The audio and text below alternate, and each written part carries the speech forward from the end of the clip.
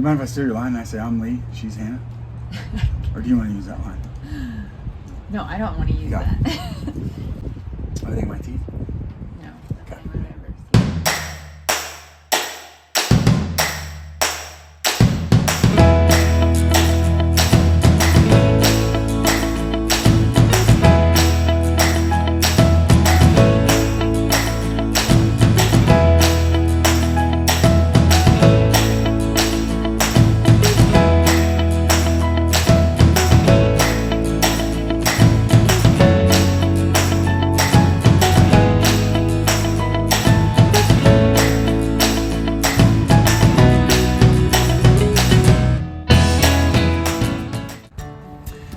Hey everyone, I'm Lee, she's Hannah. We are two ordinary people, live on a small mini farm here in Ohio, and but we do something kind of unordinary, extraordinary, what's the right word? But we buy apartment buildings. We don't do it on our own, we do it with other people, but kind of this crazy thing. It was certainly crazy to us a few years ago, but that's what we do today full time. But it wasn't always that way, and we want to share a little bit about that. So we have a lot of people that invest with us, a lot of people that are interested in real estate, want to get in, and we want people to know, like, and trust us before they decide to invest their money with us. So we just decided for people that don't know us yet, maybe know a little bit about us, we would just tell our story. It's a fun story, interesting, a lot of hard times, a lot of ups and downs, but it has gotten us to where we are today, and we've seen God's hand in it in so many different ways. So it's really kind of a beautiful story in the end, although all the parts were not so beautiful. We want to go all the way back today to a time when we were just getting into real estate, when I was dragging Hannah into real estate. That goes all the way back to 2016. I was in a corporate job, very busy job, trying to climb the corporate ladder, really kind of enjoyed work, but it was really pretty consuming. And we had two young kids at the time, and Hannah and I just started to feel like it wasn't what God was calling us to long term. You were just PRN at the time, right? Yeah. As an RN. But I just was not able to be home as much as we wanted, for me to be home. And so I started kind of looking around and found real estate. I won't get all the way into that story, but just some really cool ways God used other people to kind of get me interested in real estate. I said, hey, I'll leave this really busy job. I'll go back to doing home health physical therapy, which is what I was doing previously. That's a job that I wasn't really passionate about, really wasn't excited about going back to it, but I said, I'll do this, but you gotta let me start a real estate side hustle. I left that busy corporate job at the end of 2016 with the goal of getting into real estate. Went back to doing home health physical therapy. Tons of flexibility, really good for the family. Yeah. It was a great schedule, right? Paid enough, but again, I just wasn't passionate about it. So I got bored with it pretty quick. I was ready to get this real estate side hustle going. By August of 2017, I found a house that I wanted us to purchase. It was here in our hometown of Lebanon, Ohio. I was ready to flip a house. It was an online auction, and I said, let's go. And you said... Absolutely not. We've got Right. enough going on. I'm just trying to survive the day with two little ones. No, and who buys a second house? Who does this? Yeah, none of our family or friends did. I'm a very risk-adverse person. I love security.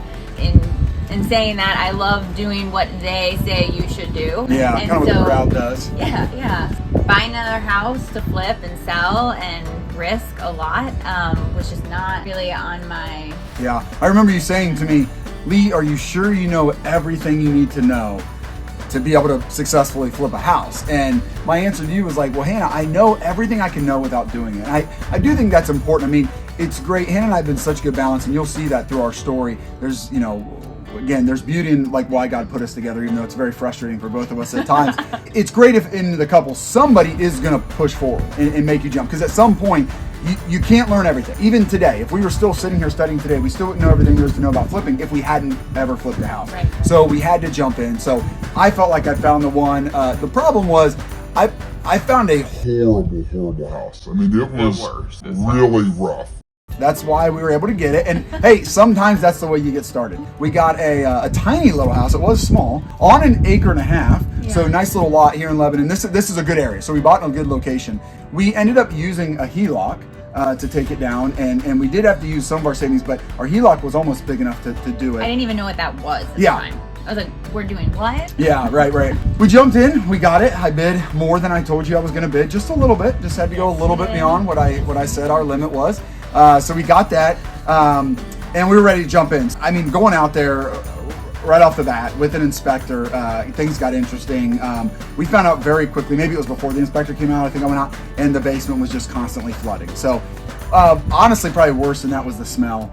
And maybe the water contributed to that and the mold. Well, yeah, so much mold. But the urine was what the bad smell. We weren't sure what the smell was at first, but you just knew right off, that's urine. We ended up finding out the previous owners had bred Rottweilers, and they kept them in the master bedroom a lot, like locked them, and they had a padlock on it. The inspector came out. That was interesting. I mean, our first experience with an inspector in that way, and he's telling us all these stories and pulls out his gun to like explain something, but like kind of pointing at us in his story, and just a little bit taken back by that. I think he did a good job inspecting at least, but yeah, it did get off to a great start. It was rough. I was so excited. I was so hungry for this. I could not be dismayed. I could not be put off by it. So we just jumped right in. All the walls, I don't think I've ever seen this still to this day. All the walls were thin plywood, not drywall, not plaster, thin plywood. So I ended up putting drywall on every wall. It's like we ended up refinishing the hardwood floors. I remember renting the sander. You only get a certain amount of time, and it took so much time. I finished at 2 a.m. because we had to have it back the next day. And we were all in. I remember like waking up early in the morning, couldn't go back to sleep, so I'd just go out to the house. I mean, there were times I was out there by 4:30 or 5 in the morning working on it. Because I was working full time, so I'm working full time as a home health physical therapist again during this, but putting a ton of time in. We were just really wanting to be tight with our money and not hire out too much. I mean, we had to do everything to the house. So we had to replace, put all new siding on, replace all the windows, all the gutters, downspouts. We had one guy do that. Yeah, the basement, we had to put I think $12,000 into that. We had to put the beams in because it was bowing in a little bit with the big crack. Again, the things that you don't buy. Don't buy a house that has the crack going across the bottom and the basement's leaking. So we had to do all this. Tons of work on the basement, but it was so overgrown. That's another thing I just remember. I remember the kids being out there and walking around. It was like a jungle. The grass was as tall as Hudson. Yeah.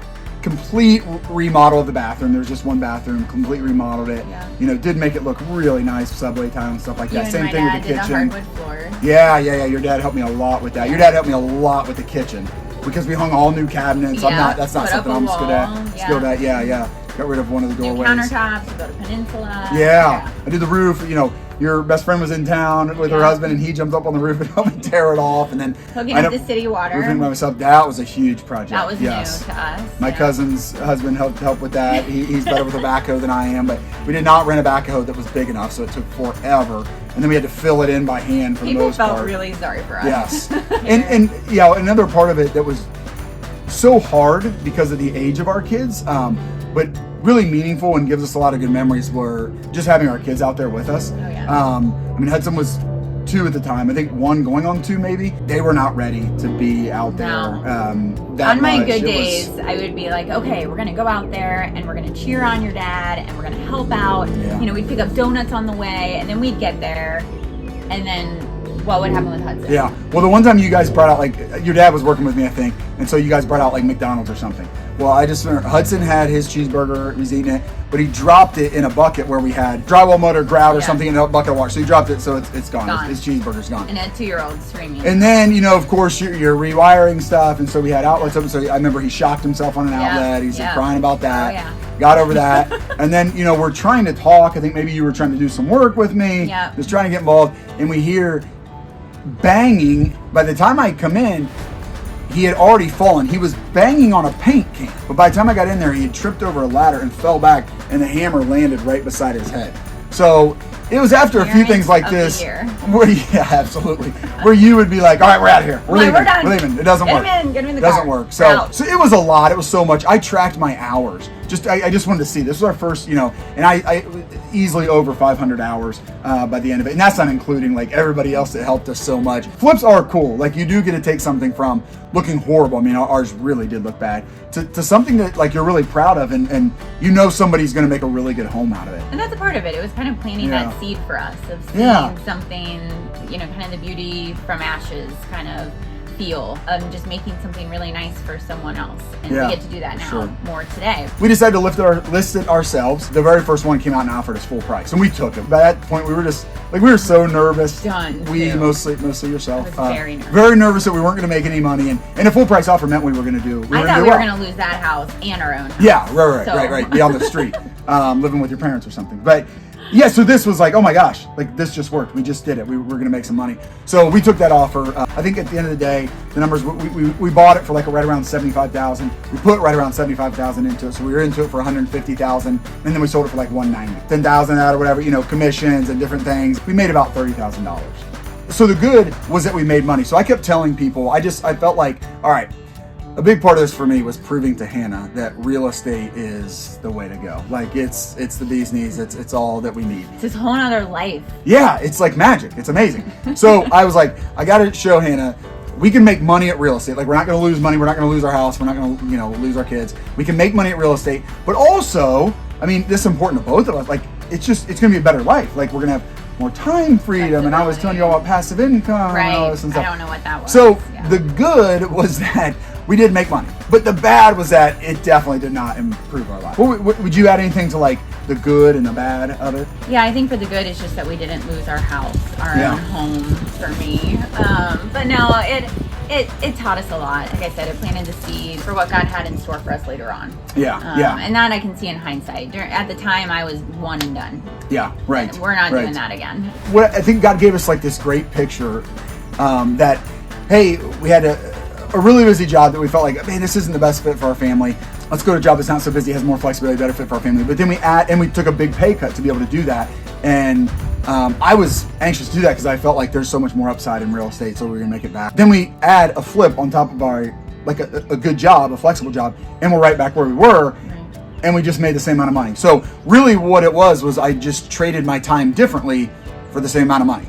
So I've kind of mentioned, where the beauty in God putting us together, even though we think so differently, is that you were able to, afterward, be like, pump the brakes. This is not what you said real estate was. This is nothing like passive income that you talked about, that you've heard on these podcasts and whatnot. And so I was able to take a step back and go, yeah, you're right. This isn't what I want to get into either. I don't want to just trade my time for money in real estate. I want to invest. I want to own assets that produce residual income. We rent them out and we pay the bills and we're making money. And that's not what this was. So I think that's what God had in it for us. I would say also it was probably our first experience where we kind of all, as a family, went in together.